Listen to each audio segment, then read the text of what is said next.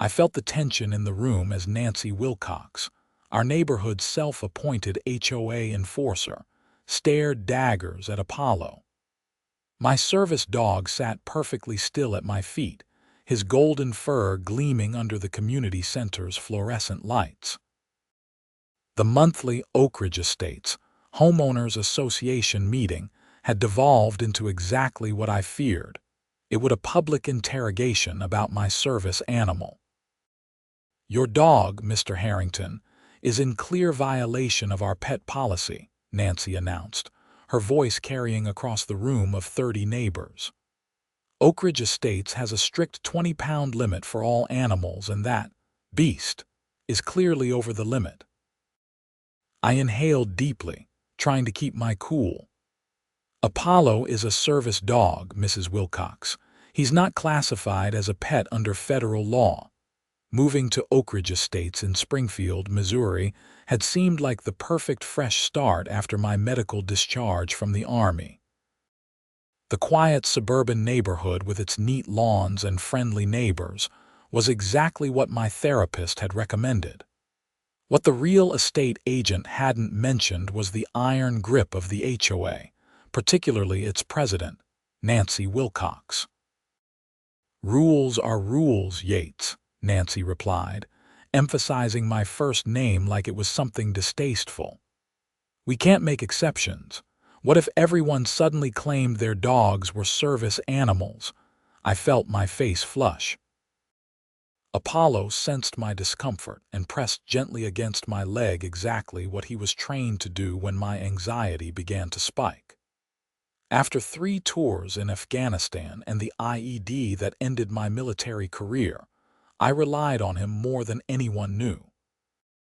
"With all due respect, Nancy, Apollo isn't a claimed service animal. He's a properly trained and certified service dog who helps me manage my PTSD. That's protected under the Americans with Disabilities Act." The room grew uncomfortably quiet. Some neighbors avoided eye contact while others watched with morbid fascination. I'd only lived here for 2 months, but Nancy's reputation had preceded her.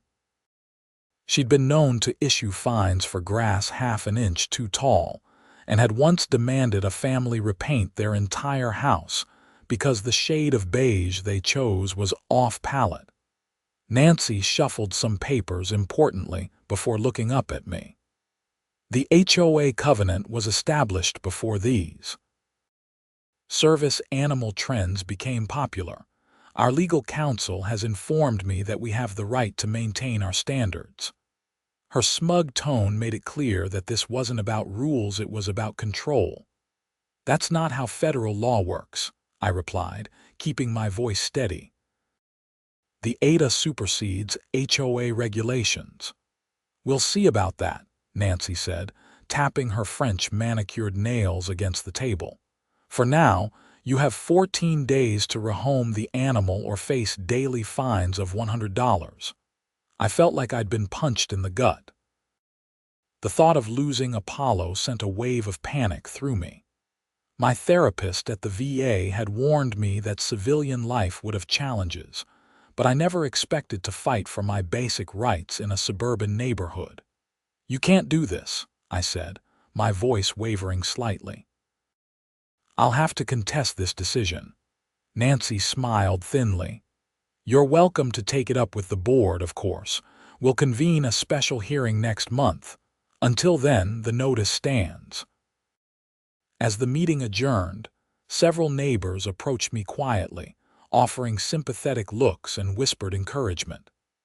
Tom Ellis, my next-door neighbor, patted my shoulder. "Don't worry too much, Yates. Nancy's been on a power trip since her husband left her for his dental hygienist last year. I'd help you fight this." I nodded gratefully, but my mind was already racing through options. As a former military police officer, I knew enough about the law to recognize that Nancy was completely out of bounds, but fighting an entrenched HOA president would require resources and energy I wasn't sure I had. That evening, I sat on my back porch with Apollo's head resting on my knee, scrolling through ADA regulations on my phone. The more I read, the more certain I became that Nancy's position was not just wrong but potentially illegal. Service animals were explicitly protected under federal law, regardless of local or private regulations. I reached out to my VA counselor, Amanda, who immediately connected me with a veterans advocacy group that specialized in housing issues. Within 24 hours, I had an email from a lawyer named Aaron Ellis, who specialized in ADA compliance. "This is pretty clear-cut," Aaron told me during our phone consultation the next day. "The Fair Housing Act and the ADA both protect your right to have a service animal regardless of any HOA restrictions. Would you like me to draft a letter, or would you prefer to try resolving this informally first?"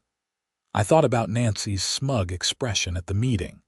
"Let's try informal first. I don't want to escalate unnecessarily." "Fair enough," Aaron replied, "but document everything from this point forward. If they continue to push, we'll need a paper trail." The next morning, I spent 2 hours crafting a carefully worded email to the HOA board, explaining Apollo's status as a service animal, citing the relevant ADA provisions, and respectfully requesting that the notice be rescinded. I attached Apollo's certification documents and a letter from my VA doctor explaining the medical necessity. Nancy's response came within hours, but not via email. A sharp knock at my door revealed her standing on my porch, a manila folder clutched in her hand and a forced smile on her face. "Mr. Harrington," she said, not waiting for an invitation before stepping inside my foyer. "I received your email, and I wanted to address this personally." Apollo immediately positioned himself between us, not aggressively but protectively. Nancy's eyes narrowed at him. "I understand your attachment to your pet, service dog," I corrected. "Right," she continued, her smile tightening. "But Oak Ridge Estates was established as a premium community precisely because of our strict standards. Our residents pay a premium for these assurances." I gestured toward my living room. "Would you like to sit down and discuss this reasonably?" "That won't be necessary," Nancy replied, pulling a document from her folder. "The board has reviewed your situation and maintained our position. However, we're willing to offer you a compromise. You can keep the animal if you agree to certain restrictions, keeping it inside at all times, except for brief walks, which must be conducted outside the main neighborhood areas." I scanned the document she handed me, my disbelief growing with each paragraph. The compromise essentially confined Apollo to my house, restricted when and where I could walk him, and required me to enter and exit the neighborhood through the service road rather than the main entrance when accompanied by him. "This is unacceptable," I said, handing the document back. "And frankly, it's discriminatory. Apollo isn't just a pet I can leave home, he provides medical support that I need throughout the day." Nancy's facade of politeness dropped slightly. "Mr. Harrington, I understand you may have experienced difficult things in your military service, but your personal circumstances don't override the collective agreement of our community. If we make an exception for you, what's to stop the Patels from bringing in their extended family, or the Johnsons from parking their RV in the driveway?" The comparison made my blood boil, but years of military discipline helped me maintain my composure. "Those examples aren't protected by federal law. My service dog is." Nancy tucked the document back into her folder. "Our legal team disagrees. You have until the end of the month to comply, or the fines will begin." She glanced around my living room, adding, "And I notice your front garden beds don't have the approved landscaping package.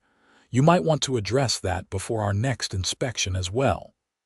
After she left, I slumped onto my sofa, the familiar tightness in my chest signaling the onset of anxiety. Apollo immediately jumped up beside me, applying deep pressure therapy as he'd been trained. His warm weight against me gradually calmed my racing heart. I called Erin back immediately. "She's not backing down," I explained, recounting the interaction. "And now she's looking for other violations." "Classic intimidation tactic," Erin sighed. "Okay, we'll send an official letter. But given what you've described, we might need to involve the Department of Justice's ADA Compliance Division. Are you comfortable with that?" The thought of a protracted legal battle made my stomach turn. But I looked down at Apollo, remembering the nights he'd pulled me from the grip of nightmares, the panic attacks he'd intercepted in public, the countless ways he'd helped me rebuild my life after the explosion that had killed two of my closest friends and left me with a traumatic brain injury and PTSD. "Yes," I said firmly, "whatever it takes." Erin's official letter arrived at the HOA board's mailbox 2 days later, detailing the specific ADA and FHA violations their position entailed, and the potential legal consequences, including personal liability for board members knowingly violating federal civil rights laws. The response was swift and unexpected. Rather than backing down, Nancy escalated. On Friday afternoon, I returned from physical therapy to find an official notice taped to my front door. The HOA was calling an emergency board meeting to discuss my continued non-compliance and pattern of confrontational behavior. What really set my teeth on edge, though, was discovering that someone had entered my backyard while I was gone. The gate was unlatched, and Apollo's water bowl on the deck had been emptied and turned upside down. Nothing else appeared disturbed, but the violation of my property sent a chill down my spine. I installed security cameras that evening, positioning them to cover my front door, backyard, and the street in front of my house. If someone was trying to intimidate me, they'd now be doing it on camera. The emergency meeting was scheduled for Monday evening. Over the weekend, I received supportive text messages from several neighbors who had heard about the situation. Tom Ellis stopped by with a 6-pack of craft beer and offered to accompany me to the meeting. Another neighbor, Allison Evans, who worked as a paralegal, dropped off some printed legal resources about service animal protections. I was touched by the support, but also increasingly concerned about the divisiveness this conflict was creating in the neighborhood. The last thing I wanted was to become the center of a community civil war. I'd seen enough conflict to last a lifetime. Monday evening arrived with a summer thunderstorm that seemed fitting for the showdown ahead. I arrived at the community center with Apollo by my side and Tom flanking me. The room was surprisingly full. At least 40 residents had turned out, nearly double the usual attendance. Nancy sat at the center of the board table, flanked by 4 other board members. Her expression was unreadable as I took a seat in the front row. "This emergency session of the Oak Ridge Estates Homeowners Association is now in session," she began formally. "We're here to address ongoing compliance issues with resident Yates Harrington at 1842 Oak Ridge Lane." For the next 20 minutes, Nancy methodically outlined what she termed my violations, beginning with Apollo and expanding to include minor landscaping deviations, a satellite dish installation that was apparently 2 inches outside the designated zone, and my failure to submit exterior paint color samples for my back deck refinishing project. When she finally paused for breath, I raised my hand. "May I respond to these allegations?" Nancy looked like she'd rather swallow glass but nodded curtly. I stood, Apollo sitting perfectly at attention beside me. "Neighbors, I moved to Oak Ridge Estates because I wanted a peaceful community to rebuild my life after military service. I respect our shared standards and have tried to comply with all reasonable requirements. I addressed each point methodically, saving the most important for last. Regarding Apollo, he is a medically prescribed service animal protected under federal law. The ADA and the Fair Housing Act explicitly prohibit housing providers, including HOAs, from restricting service animals based on breed, size, or weight limitations. Removing Aaron's letter from my pocket, I continued. I've tried to resolve this informally, but since that hasn't worked, I've been forced to seek legal counsel. This letter explains the relevant laws and the potential consequences of continued discrimination. I handed copies to each board member. Nancy barely glanced at hers before setting it aside. "Mr. Harrington," she replied coolly, "while we sympathize with your situation, this board has a duty to uphold the standards of our community. Our legal counsel has advised us that we have considerable latitude in interpreting how federal regulations apply within our private covenant community." A murmur ran through the crowd, and an elderly gentleman in the back stood up. "Nancy, I've lived here for 15 years and I've read those covenants backward and forward. There's nothing in there that gives us the right to override federal law.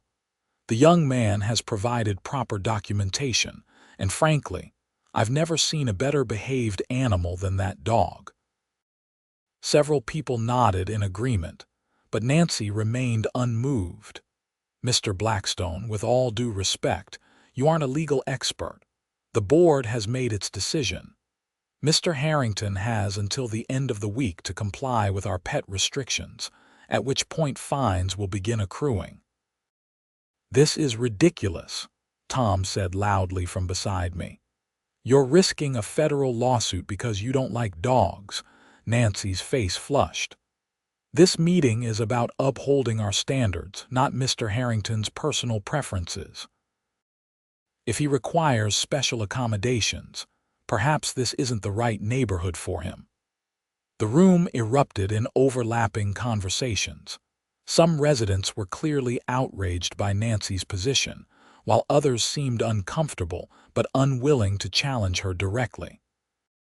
Through it all, Apollo remained perfectly still beside me, a stark contrast to the human chaos around us.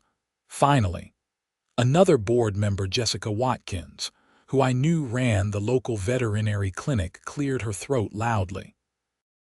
"I think we should table this issue until our legal counsel can review the materials Mr. Harrington has provided," she suggested. "It seems prudent to ensure we're on solid legal ground before proceeding." Nancy's glare could have melted steel, but she was outvoted by the other board members, who seemed increasingly concerned about the potential liability. "Fine," she conceded. "The issue will be tabled for 2 weeks while we consult our attorney. But the other violations still stand, Mr. Harrington. I'll expect those to be addressed immediately." As the meeting adjourned, I felt both relieved at the reprieve and worried about Nancy's obvious determination. Several neighbors came up to offer support, including an unexpected ally, Barbara Mitchell, who had been on the HOA board until stepping down the previous year. "Nancy's gone too far this time," Barbara told me quietly. "She's been getting worse since her divorce, using the HOA to exercise control where her personal life feels chaotic. I resigned because I couldn't support her increasingly arbitrary enforcement. But there are ways to challenge her position if enough residents band together."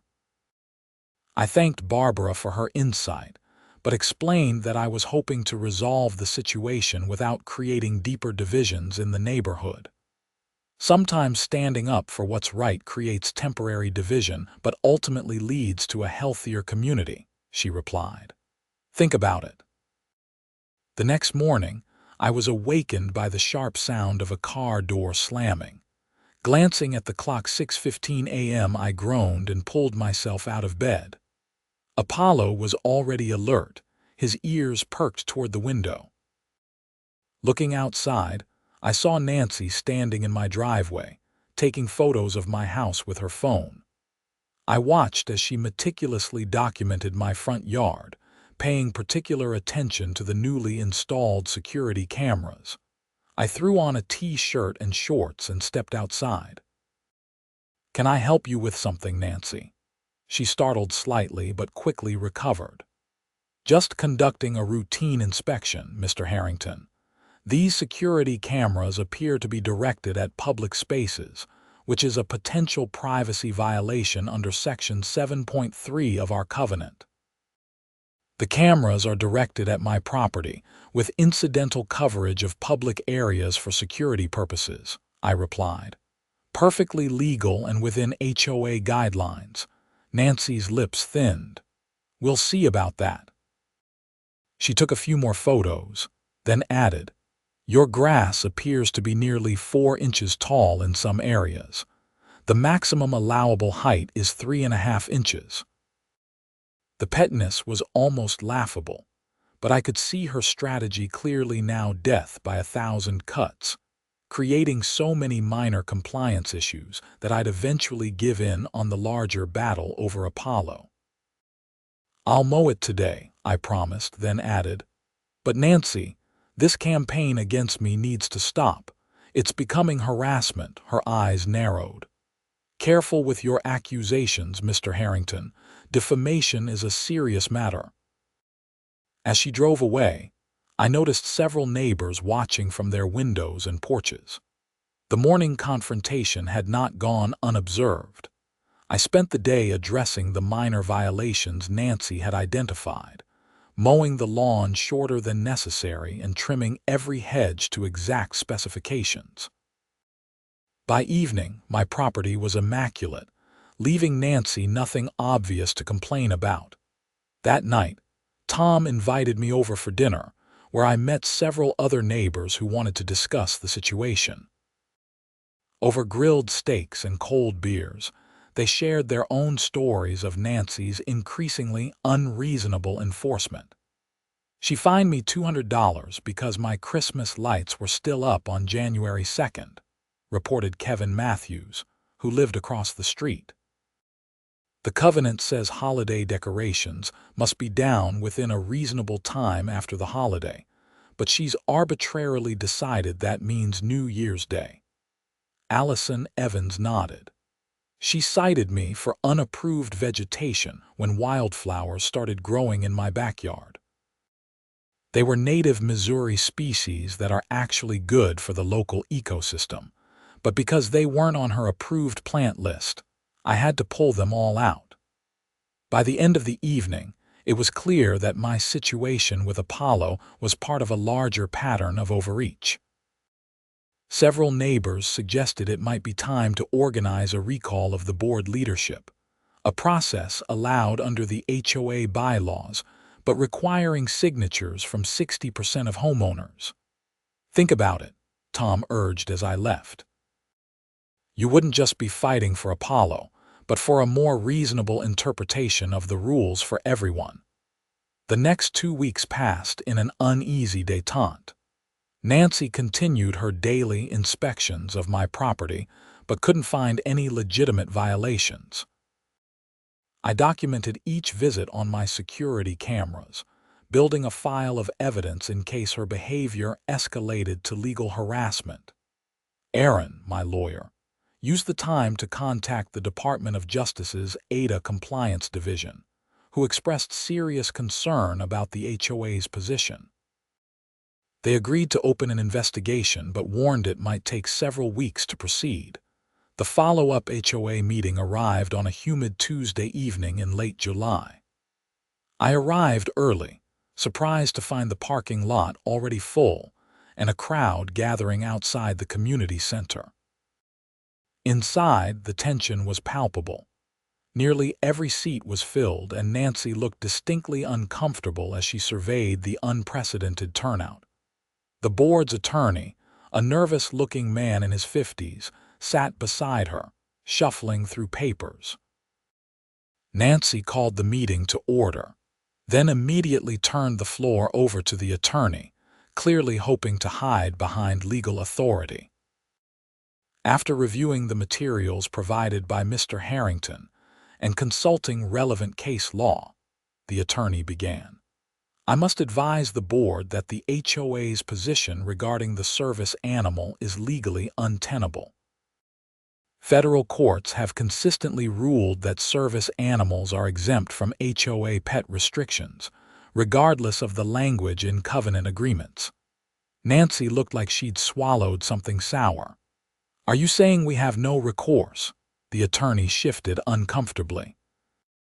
I'm saying that pursuing this matter further exposes the HOA and potentially board members individually to significant legal liability. My recommendation is to formally exempt Mr. Harrington's service animal from the pet restrictions and close this matter. A murmur of approval rippled through the crowd. I felt a weight lifting from my shoulders, but Nancy wasn't finished. And what about the other violations? She demanded. The landscaping, the security cameras, the satellite dish placement. The attorney glanced at his notes. Based on the documentation I've reviewed, those alleged violations appear to be either within acceptable parameters or so minor as to be essentially trivial. Pursuing them aggressively in the context of this dispute could be interpreted as retaliatory, which creates additional legal exposure. Nancy's face flushed deep red.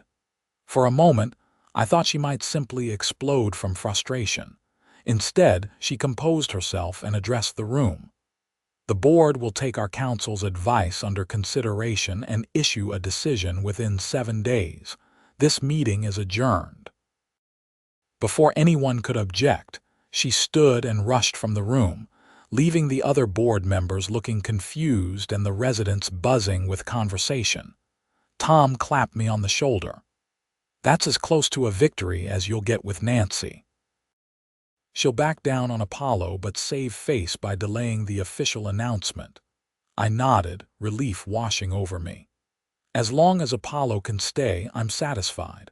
But the resolution I hoped for didn't materialize. 7 days passed with no communication from the board. Then 10 days. By the 2-week mark, I was growing concerned and reached out to Aaron again. This silent treatment is telling, he observed. They're hoping you'll let it drop, but legally, their failure to explicitly rescind the violation notice means it technically still stands. I think it's time to bring in the ADA inspectors. I agreed, and Aaron made the call. The Department of Justice informed us that they would send an ADA compliance inspector to evaluate the situation firsthand. The morning the inspector was scheduled to arrive, I was surprised by another visit from Nancy. She appeared on my doorstep at 8 a.m. sharp, looking uncharacteristically conciliatory. Mr. Harrington, she began, her voice artificially pleasant. The board has reviewed your situation further and decided to grant you a special exemption for your service animal. We'll need you to sign some paperwork acknowledging that this is a special accommodation. She handed me a document that, upon quick review, characterized the exemption as a special favor rather than a recognition of my legal rights, and included clauses restricting where and when Apollo could be present in common areas. I'm not signing this, I said, handing it back. It mischaracterizes the legal situation and attempts to place restrictions that are still discriminatory.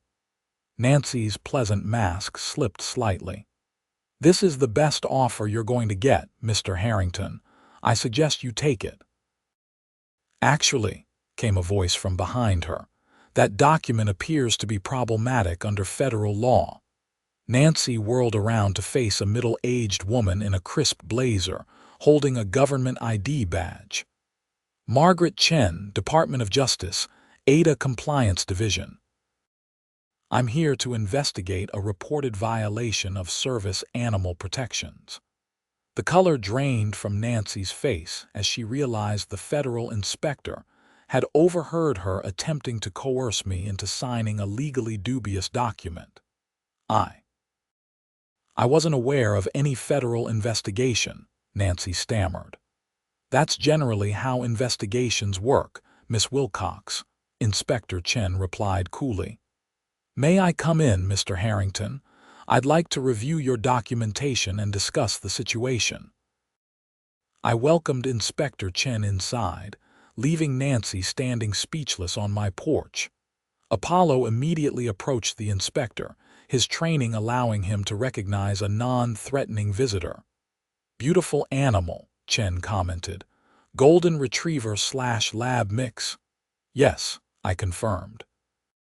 Specifically bred and trained for service work with veterans. Over the next hour, I shared the entire chronology with Inspector Chen, providing copies of all correspondence, the security footage of Nancy's daily inspections, and Apollo's complete certification documentation.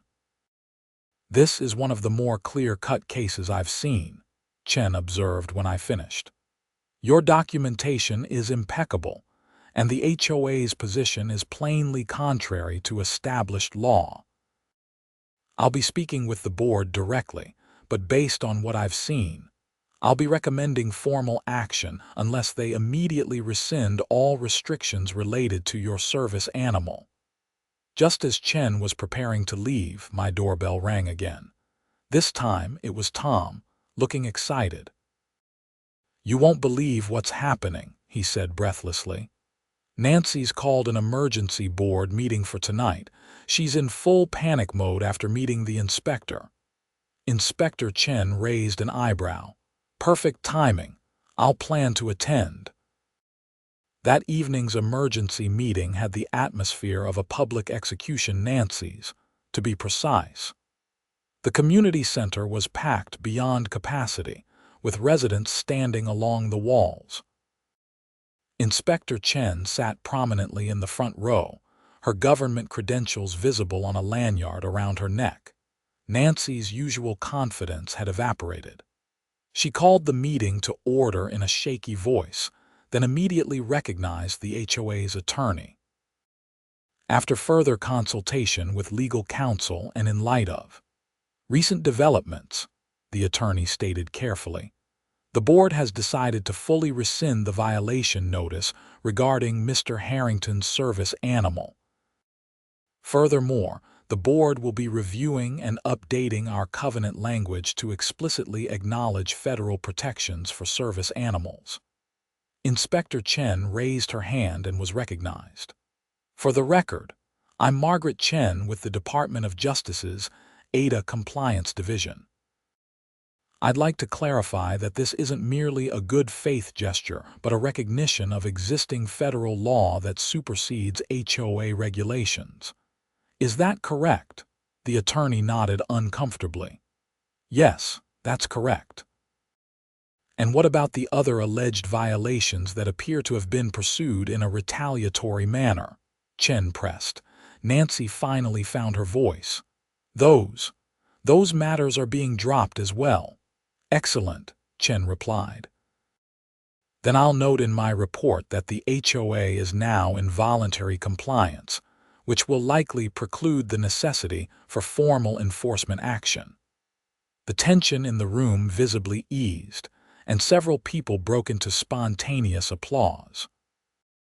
Nancy looked as if she wanted the floor to open up and swallow her whole.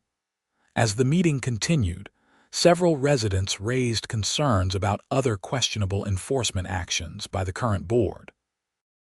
The discussion quickly evolved into a broader examination of how the HOA had been managed, with many people expressing frustration with what they saw as arbitrary and overzealous enforcement.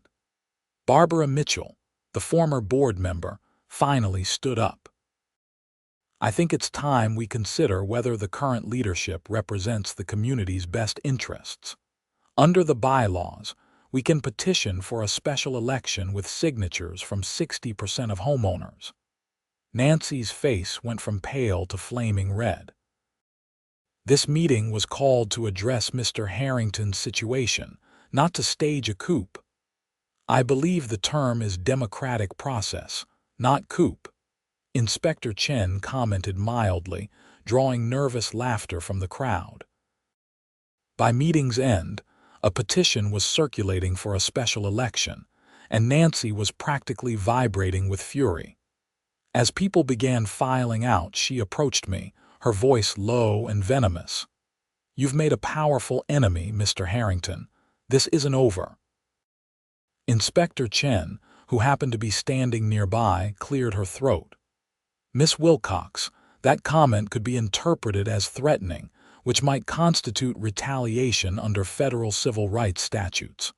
Would you care to rephrase?" Nancy's mouth opened and closed silently before she turned and stalked away. Tom laughed as we walked to our cars. "I don't think I've ever seen Nancy speechless before. You might have just saved the whole neighborhood, Yates." The aftermath unfolded rapidly over the following weeks. The petition for a special election gathered the required signatures within days. Nancy, seeing the writing on the wall, resigned from the board before the vote could take place, citing personal reasons and health concerns. The special election resulted in a complete board overhaul, with Jessica Watkins, the veterinarian, elected as the new president. Under her leadership, the board immediately began reviewing and revising the covenant enforcement procedures to ensure they were reasonable and legally sound. As for Nancy, she put her house on the market within a month. Rumor had it she was moving to a condominium downtown with no HOA. I couldn't help but appreciate the irony. Inspector Chen's final report concluded that the HOA had violated federal law but was now in compliance, so no fines or further actions were necessary. She did recommend mandatory ADA compliance training for all current and future board members, which the new board readily accepted.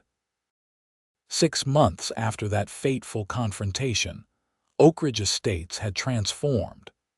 The rigid, fear-based enforcement had given way to a more collaborative approach. Residents felt empowered to improve their properties rather than afraid of punishment for minor infractions. Community events were better attended, and neighbors who had previously avoided each other now chatted freely at mailboxes and on evening walks.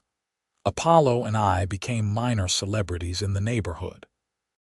Children asked to pet him, which I allowed when he wasn't actively working.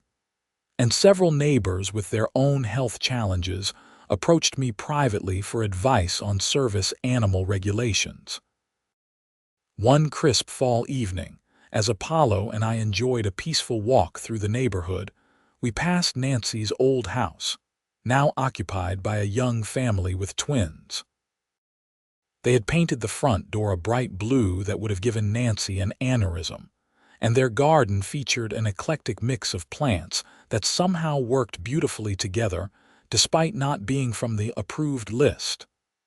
Tom joined us for the last leg of our walk, as had become our custom. "You know," he observed, "if Nancy hadn't been so unreasonable about Apollo, none of this would have happened. She would still be ruling the neighborhood with an iron fist, and we'd all be miserable." I nodded, watching Apollo trot happily ahead of us, his golden fur catching the last rays of sunlight. Sometimes it takes someone pushing too far to make people realize they don't have to accept unreasonable authority. "Spoken like a true veteran," Tom laughed. "But seriously, you standing your ground changed things for everyone here. Not bad for a guy who just wanted to live quietly with his dog." As we rounded the corner toward my house, I could see several neighbors gathered in my driveway. A banner hung between 2 trees read "Apollo Appreciation Day," and someone had baked dog treats shaped like bones. I felt a lump forming in my throat.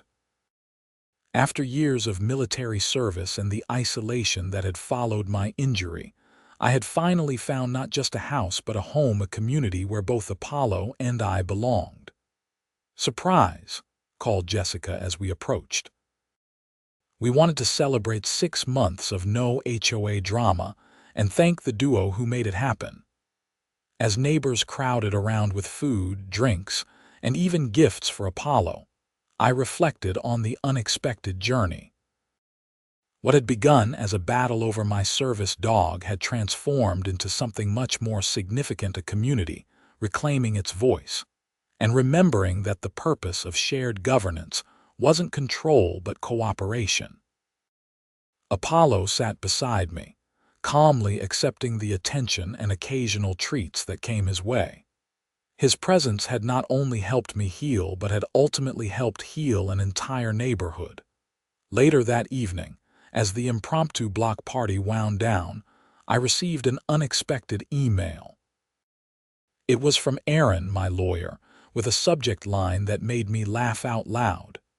"Guess where Nancy Wilcox moved?" According to Aaron's message, Nancy had purchased a luxury condo in a building downtown, a building currently embroiled in a lawsuit with a resident over their refusal to accommodate his emotional support animal. "Some people never learn," Aaron wrote. "But thanks to you and Apollo, at least one community has." I closed my laptop and looked over at Apollo, who was contentedly gnawing on a new bone gifted by the neighbors. "Well, buddy," I said, scratching behind his ears, "looks like we made a difference after all." Apollo thumped his tail against the floor in agreement, completely unaware that his simple existence had changed so many lives for the better, especially mine.